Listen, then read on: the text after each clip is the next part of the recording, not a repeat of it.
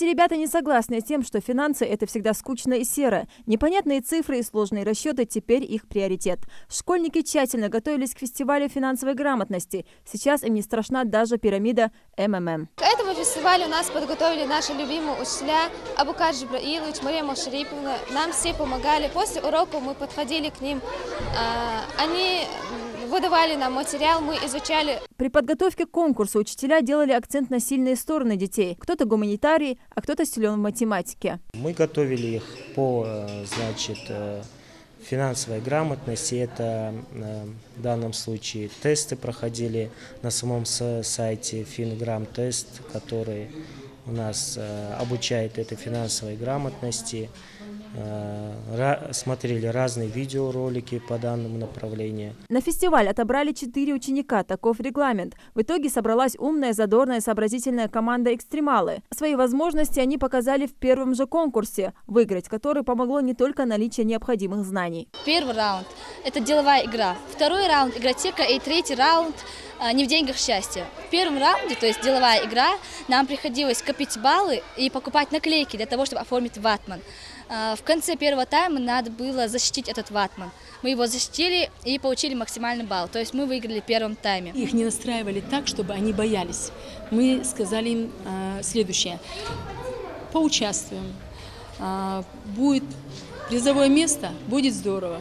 Не будет призового места, просто получите удовольствие, потому что это фестиваль, это игра в некотором роде. Фестиваль проходил 2 дня. Во второй день командные соревнования для школьников прошли в яркой атмосфере праздника. Ученики смогли поиграть в настольные и деловые игры, выполнить задания викторин и конкурсов, научились пользоваться банковскими картами, управлять личными финансами и внимательно читать договор. Ингушские школьники с заданиями справились лучше всех. В конце фестиваля, когда объявили 2 и 3 место, она все равно в душе была надежда. Было очень томительно. И когда объявили 1 место, мы прыгали выше всех, были очень рады. Ребята немного перефразировали известное выражение. По их мнению, тот, кто владеет финансами, владеет миром, и с ними сложно поспорить. Молодые люди, шагая во взрослую жизнь, должны знать азы финансовой грамотности, чтобы не допустить ошибок при планировании своего бюджета и обезопасить себя от финансовых потерь.